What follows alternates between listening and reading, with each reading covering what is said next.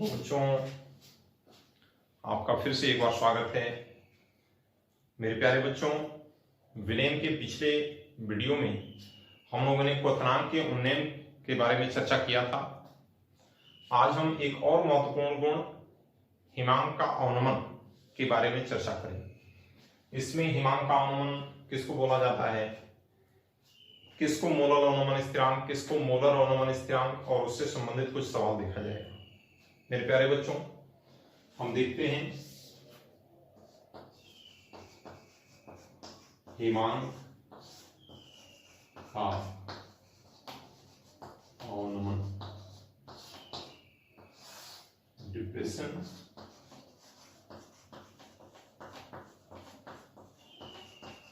Of freezing point.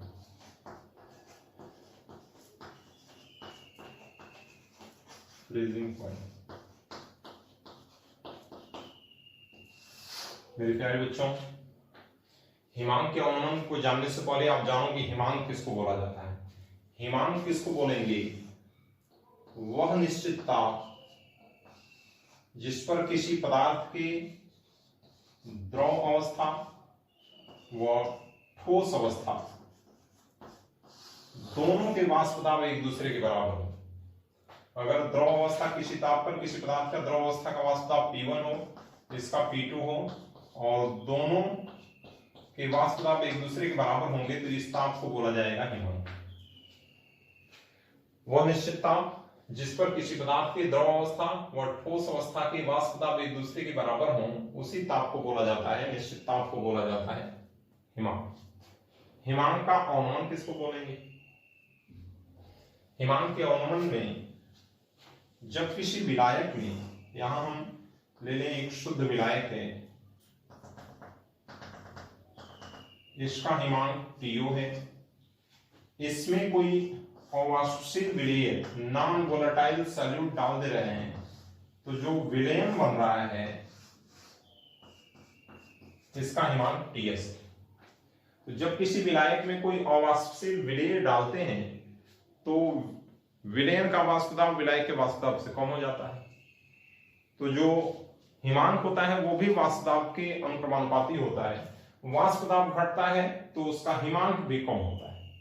तो जब किसी विलायक में कोई अवाष्पशील विलेय डालते हैं तो विलयन, जो विलयन बनेगा उसका वाष्प दाब TS is lesser than T। विलयन का वाष्प दाब विलायक के वाष्प दाब से कम हो जाएगा। वाष्प दाब में आई इस कमी को डेल्टा TF से डिनोट करते हैं। डेल्टा TF बराबर TO माइनस, जब किसी विलायक में कोई अवाष्पशील विलेय नॉन वोलेटाइल सॉल्यूट डालते हैं तो जो विलयन बनता है उस विलयन का हिमांक विलायक के हिमांक से कम हो जाता है। हिमांक में आई इस कमी को ही बोला जाता है हिमांक का अवनमन। Delta TF is equal to शुद्ध विलायक का हिमांक माइनस विलयन का हिमांक। आई बात समझ में? अब इसके बाद क्या होगा? हिमांक के अवनमन डेल्टा TF और मोललता M में क्या संबंध है?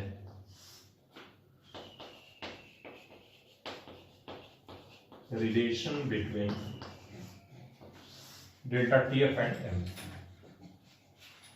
क्या होगा? देखिए, जो हिमांक का अवनमन होता है डेल्टा TF मोललता M के अनुक्रमानुपाती होता है। इसको लिखा जा सकता है या डेल्टा TF बराबर KF इंटू स्मॉल m हो गया। यहां KF जो होगा वो विलायक का मोलर अवनमन स्थिरांक, विलायक का मोलर अवनमन स्थिरांक है। आप जानते हो मोललता का हम यहां मान रखते हैं, तो मोललता अगर यहां से M डैश से दिखा दें, मोललता M डैश हम दिखा रहे हैं, क्यों हम M डैश से दिखा रहे हैं? मोललता M बराबर small w upon small m। विलेय का भार, विलेय के अनुभार को स्मॉल m से डिनोट करते हैं, इसके कारण से यहां हम डैश लगा दिए हैं मोललता के लिए। फिर इनटू कैपिटल W किलोग्राम में, अगर ग्राम में रहेगा तो इसमें 1000 से भाग दे दीजिएगा, 1 किलोग्राम में चेंज हो जाएगा इसको, या m डैश बराबर small w into small m into capital W into 1000। इतना हो गया मेरे प्यारे बच्चों। हम रख दें मान, देखिए मान हम रख रहे हैं, देखिए इसको उठा करके मान हम इसमें रख दें तो हो जाएगा डेल्टा TF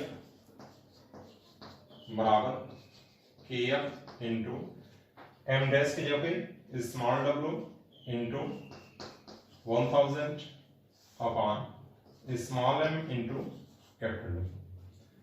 या हम इसको क्या करें, ये अणुभार है, यहां आप देखोगे इसको आप मान जब रखोगे डेल्टा TF बराबर m dash KF into m dash है, m डैश का मान KF into small w into 1000 upon m into capital W। आ रही बात समझ में? अब हम क्या करते हैं, इसमें हमको KF को डिफाइन करना है, तो यहाँ KF को डिफाइन करना है तो क्या करेंगे, KF मोलर गुणन स्थिरांक है, KF बराबर इसमें m into capital W into delta TF upon KF इसमें स्मॉल w इंटू 1000। क्या हो जाएगा, इसमें हम अणुभार को इसके नीचे लेते हैं, KF बराबर capital W into delta TF बटा क्या होगा, भार बटा अणुभार इंटू 1000। ये भार बटा अणुभार क्या हो जाएगा, मिटा रहे उधर का, देखिए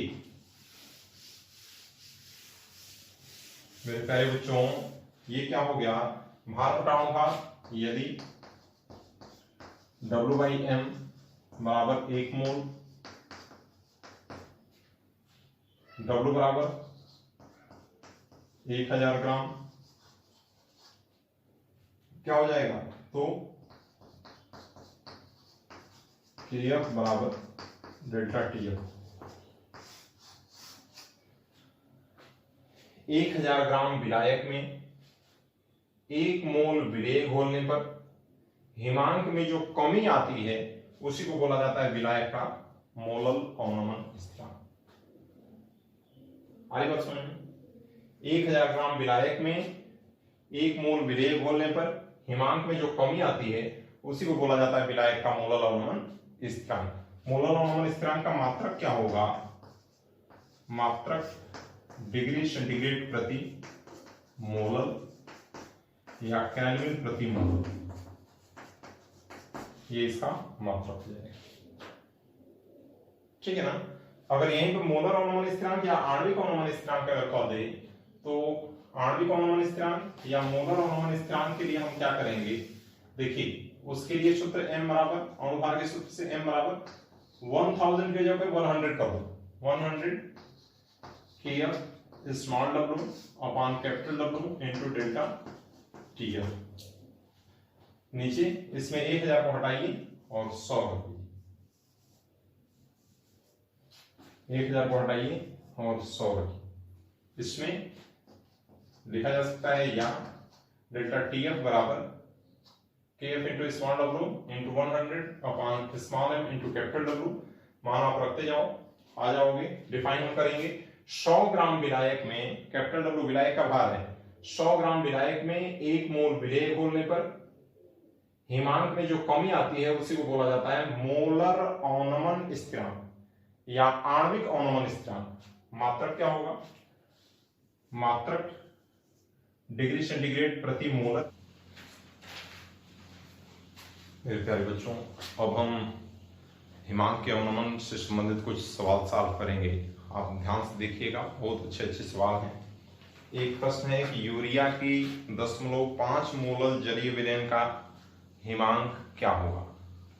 यूरिया पहला सवाल है, यूरिया के 0.5 मोलर m बराबर 0.5 मोलल दिया है, मोलल जलीय विलयन का हिमांक क्या होगा, टीएस की वैल्यू क्या होगी।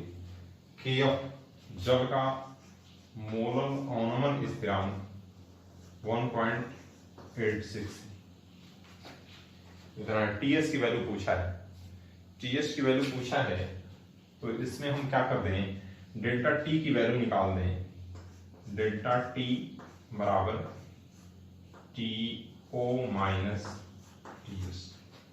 हिमांक का अवनमन, जब किसी विलायक में कोई अवाष्पशील विलेय मिलाएंगे तो विलयन का हिमांक विलायक के हिमांक से कम हो जाएगा, ठीक है, इसी को हिमांक का अवनमन बोला जाएगा। तो डेल्टा टी हिमांक में अवनमन टीओ माइनस टीएस के बराबर होगा।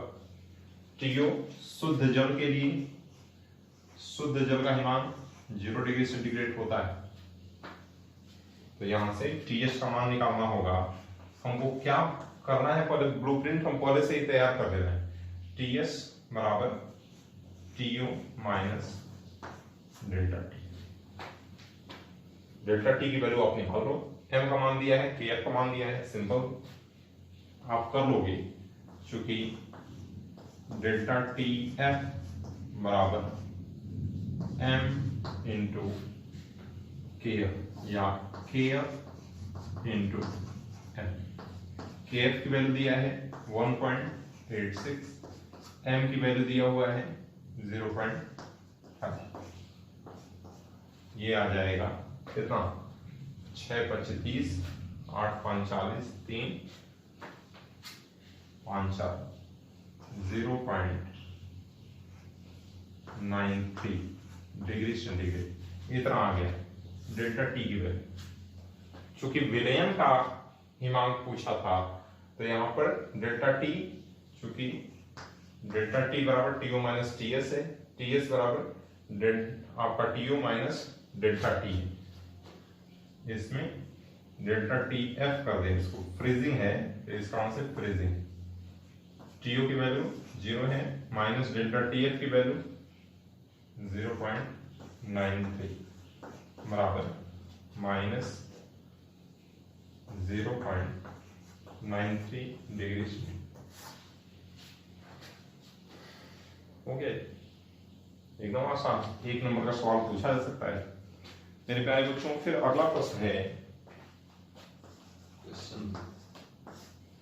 दिया है 7.5 ग्राम पदार्थ को 75 ग्राम जल में घोलने पर 7.5 ग्राम स्मॉल डब्ल्यू बराबर 7.5 ग्राम, पदार्थ को 75 ग्राम जल में घोलने पर कैपिटल डब्ल्यू बराबर 75 ग्राम। हिमांक में 1.2 डिग्री सेंटीग्रेड की कमी हुई, डेल्टा टी एफ बराबर 1.2 डिग्री सेंटीग्रेड। पदार्थ के अणुभार की गणना कीजिए, एम की वैल्यू निकालिए। इसमें केएफ मोलल दिया हुआ है, विलायक का मोलल अवनमन स्थिरांक मोलल बराबर 1.86 डिग्री सेंटीग्रेड प्रति मोल, इतना मान दिया हुआ है। कह रहा है कि 7.5 ग्राम कार्बनिक पदार्थ को 75 ग्राम जल में घोलने पर विलयन के हिमांक में 1.2 डिग्री सेंटीग्रेड की कमी होती है। अणुभार की गणना करना है विलेय के, और केएफ मोलल का मान 1.86 डिग्री सेंटीग्रेड प्रति मोल है। आप अणुभार के सूत्र से m बराबर 1000 KF small W upon capital W into delta T, m की वैल्यू निकालनी है, मान रखो 1000 मल्टीप्लाइड बाई केएफ की वैल्यू, केएफ का मान 1.86 इनटू स्मॉल डब्ल्यू का मान 7.5 है अपॉन कैपिटल डब्ल्यू की वैल्यू 75 ग्राम है, डेल्टा टीएफ की वैल्यू 1.2 डिग्री सेंटीग्रेड। अब इसमें क्या कर दो, ये कैंसिल कराओगे, ये आपका 10 बार गया, 10 से 1 इसको काट दिए, 12 एक 12 12 25 60 12 25 60, ये 186 बटा 1.2 आया, 155 आ जाएगा। ठीक है, 7.5 ग्राम कार्बनिक पदार्थ को 75 ग्राम जल में घोलने पर विलयन के हिमांक में 1.2 डिग्री सेंटीग्रेड की कमी हुई। विलेय के अणुभार की गणना करना है। यहाँ पे विलायक का मोलर अवनमन स्थिरांक 1.86 डिग्री सेंटीग्रेड प्रति मोल है। हम सूत्र जानते हैं m बराबर 1000 kF W/W into delta TF में मान रख करके आप निकालो। आगे बात समझ में निकल जाएगा मेरे प्यारे बच्चों। फिर अगला सवाल हम देखते हैं। बहुत आसान है, बहुत मजेदार है और निश्चित रूप से पूछा जाने वाला क्वेश्चन है। विलयन से एक 2 नंबर 3 नंबर का क्वेश्चन निश्चित रूप से पूछा जाएगा। देखिए तीसरा क्वेश्चन सॉल्व करें। क्वेश्चन नंबर 3 दिया है 17.1 ग्राम सुक्रोज को 17.1 ग्राम सुक्रोज यानी कि C12H22O11 C12H22O11 स्मॉल w की वैल्यू दी होगा।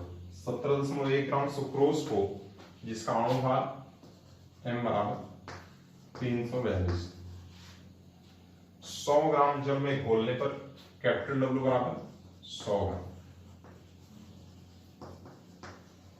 100 ग्राम जल में घोलने पर हिमांक में 0.93 डिग्री सेंटीग्रेड की कमी होती है।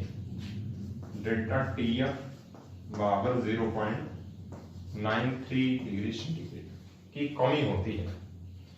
और जल के लिए मोलर अवनमन स्थिरांक की गणना कीजिए। KF मोलर निकालना है। KF मोलर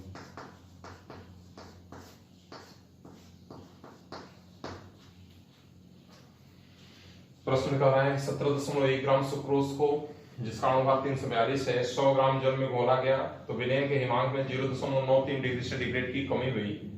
विलायक के मोलर अवनमन स्थिरांक की गणना करना है। मेरे प्यारे बच्चों आप क्या करो, अणुभार के सूत्र से m बराबर 1000 kF small w upon capital W into delta T इतना दिया है। अब इसमें हमको क्या करना है, हमको KF की वैल्यू निकालनी है। KF बराबर small m into capital W into delta TF upon 1000 into small w मान रखना है। देखिए सब कुछ दिया हो, एकदम आसान सा प्रश्न, आसान सा प्रश्न है। इसमें सब दिया है, आप मान रखो। देखिए m अणुभार दिया है, यहाँ पे KF बराबर 342 मल्टीप्लाइड बाई कैपिटल W का मान 100 ग्राम दिया है 100 ग्राम। डेल्टा TF की value 0.93 degree centigrade upon 1000 multiplied by small w की वैल्यू कितनी दी है, स्मॉल w 17.1 सॉल्व कर दो इसको, ये कैंसिल होगा 17 गुना के 34 20 बार ये कैंसिल हो गया 9 गुना 18 1.86 डिग्री सेंटीग्रेड प्रति मोल। इतना आ गया। प्रश्न में दिया है 17.1 ग्राम सुक्रोज को जिसका अणुभार 342 है, नहीं दिया रहता हम निकाल लेते, और 100 ग्राम जल में घोला गया तो विलयन के हिमांक में 0.93 डिग्री सेंटीग्रेड की कमी हुई। आपको मोलर अवनमन स्थिरांक निकालना है। आप अणुभार के सूत्र में मान रख करके आप निकालो। मोलर दिया है तो 1000 रख रहे हैं, मोलर दिया होता तो 100 रख। आरी बात समझ में हो जाएगा। कर लेंगे आप सवाल। मेरे प्यारे बच्चों अगला सवाल देखा जाए, मिटाएं इसको, मिटाते हैं। देखिए आपको नोट करना होगा, इसको आप पॉज करके और नोट कर लें, रोक करके वीडियो को और आप नोट करो। अब देखो चौथा सवाल है क्वेश्चन नंबर 4। आप एक बात ध्यान रखिएगा, हम आगे से पीछे की तरफ आते हैं, इसमें आपको उल्टा लगेगा लेकिन हम आगे से पीछे इस कारण से आते हैं कि हम इधर की तरफ लिख रहे हैं तो आपको देखता रहे फिर पीछे आ रहे हैं तो वो आपको पूरा दिखता रहे, फिर जो कर रहे हैं वो दिखता रहेगा। अगर इधर से हम शुरुआत करेंगे तो इधर का हम करेंगे तो जब आगे जाएंगे तो इधर का ढक जाएगा, आपको दिखेगा नहीं। इसी कारण से उधर से इधर की तरफ आ रहे हैं, आपको कंफ्यूजन कोई ना हो। दिया है एक जलीय विलयन में यूरिया भार से 5% और ग्लूकोज भार से 10% उपस्थित है।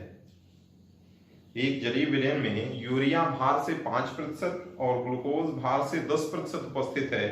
जल का मोलल अवनमन स्थिरांक 1.86 केल्विन किलोग्राम प्रति मोल है। विलयन का हिमांक ज्ञात करें। कैसे निकलेगा? एक जलीय विलयन में यूरिया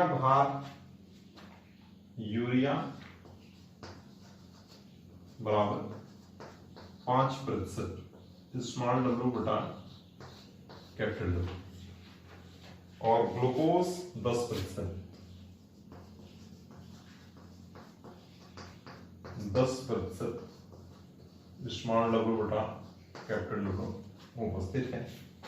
जल का मोलल अवनमन स्थिरांक Kf मोलल बराबर 1.86 केल्विन किलोग्राम प्रति मोल। विलयन का हिमांक ज्ञात करें। विलयन का हिमांक यानी कि टीएस की वैल्यू आपको निकालनी है।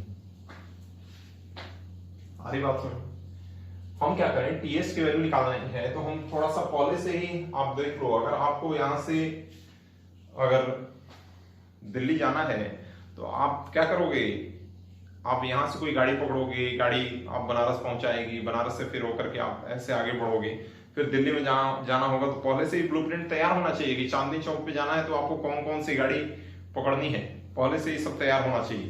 तो हमको टीएस की वैल्यू पूछा है तो हम टीएस की वैल्यू के लिए पहले ही कर दें डेल्टा टी एफ बराबर टीओ माइनस टीएस। यहां से टीएस निकालना है, टीएस बराबर TO minus delta TF. TO का मान शुद्ध जल का हिमांक, टीओ बराबर 0 डिग्री सेंटीग्रेड। बस क्या चाहिए जी हमको केवल डेल्टा टीएफ चाहिए। डेल्टा टीएफ निकलेगा कैसे? यूरिया का 5% भार से ग्लूकोज का 10% भार से मिश्रित किया गया है। जल का मोलल अवनमन स्थिरांक 1.86 केल्विन किलोग्राम प्रति मोल है। विलयन का हिमांक क्या होगा? शुद्ध जल का हिमांक 0 डिग्री सेंटीग्रेड। क्या कर दें, हम जानते हैं, देखिए हम ये भी जानते हैं कि अगर रखेंगे मान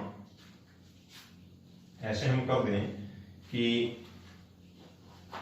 m बराबर 1000 kf small w upon capital W into delta TF.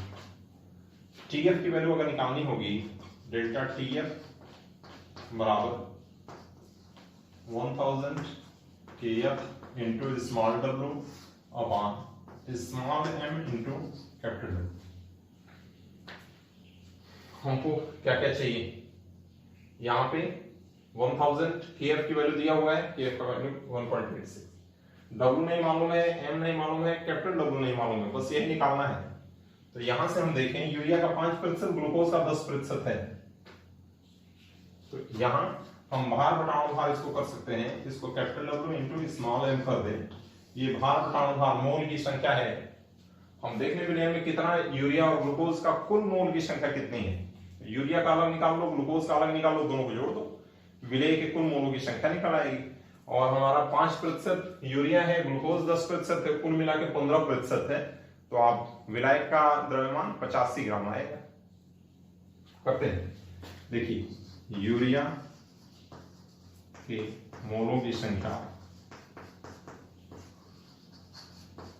Urea के मोलों की संख्या 5% भार से, यानी कि 100 ग्राम के विलय में 5 ग्राम विलय है, भार बटा अणु भार से मोल की संख्या, इसको हम N1 से डिनोट कर दें, भार बटा अणु भार से 5 बटा में 60। यूरिया का अणु भार NH2CO NH2 है, अणु भार 60 होगा, हम निकाल के दिखा रहे हैं आपको।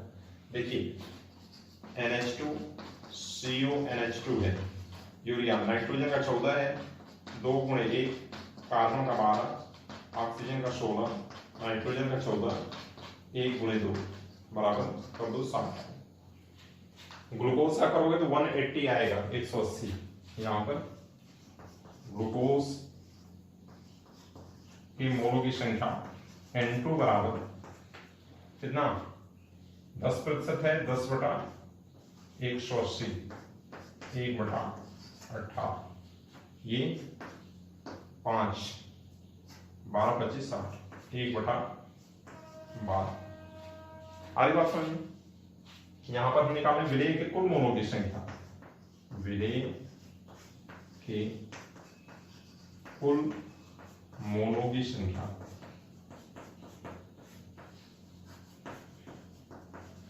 N बराबर W/M, या मोलों की संख्या हम सीधे W/M बराबर N बराबर N1 + N2 कर दें। ये आ गया 1/12 + 1/18, कितना 12 × 36, 18 × 36, 5/, ये आ गया 5/36, कुल मोल की संख्या आ गया। अब हम क्या करते हैं, विलायक का द्रव्यमान कितना होगा, 5% यूरिया है, 10% ग्लूकोज है, कुल मिला के 15% है, तो हमारा विलायक कितना होगा, विलायक का द्रव्यमान बराबर 100 - 15 बराबर 85 ग्राम। मान लो 2 सब कुछ दे दिया है। यहां पर 1000 KF की वैल्यू 1.86, W/M 5/36 × 85, ये आ गया 3.04। आप सॉल्व करिएगा, इतना डिग्री सेंटीग्रेड आएगा। आज बात समझ, इतना 3.04 डिग्री सेंटीग्रेड आएगा। आप मान निकाल करके इसका देखिएगा। अब देखो डेल्टा टी बराबर TO - TS है, TS ये 0 - 3.04 बराबर -3.04 डिग्री सेंटीग्रेड। बहुत अच्छा सवाल, ये इस साल 2 नंबर के सवाल के रूप में पूछा भी है, और 3 नंबर के सवाल के रूप में आगे पूछेगा, तैयार रहेंगे। यूरिया है, ग्लूकोज है, दोनों का प्रतिशत मात्रा दिया है, विलायक का मोलर अनुमान स्थिरांक दिया है, विलयन का हिमांक आपसे पूछा है। शुद्ध जल का हिमांक 0 डिग्री सेंटीग्रेड होता है। आप मान रख, एक बार कुल मोलों की संख्या निकाल लिया गया है, विलायक का कुल द्रव्यमान निकाल लिया गया है। हम एक बार भार घटाओ भार एक साथ रखे, पूरे विलेय के लिए है 5/36, मान रख करके आप निकालो। ठीक है, कोई समस्या नहीं है। अब अगला प्रश्न है जिसको कि आप सॉल्व करिएगा। बहुत अच्छा सवाल ये हिमांक के अनुमान का है। एक प्रश्न हम बोल रहे हैं जिसको कि आप सॉल्व करने का प्रयास करें। देखिए दिया है 6 ग्राम यूरिया को 200 ग्राम जल में घोलने पर 6 ग्राम यूरिया को 200 ग्राम जल में घोलने पर 200 ग्राम जल में घोलने पर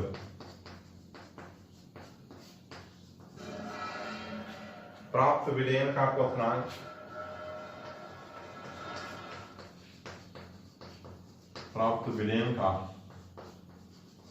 क्वथनांक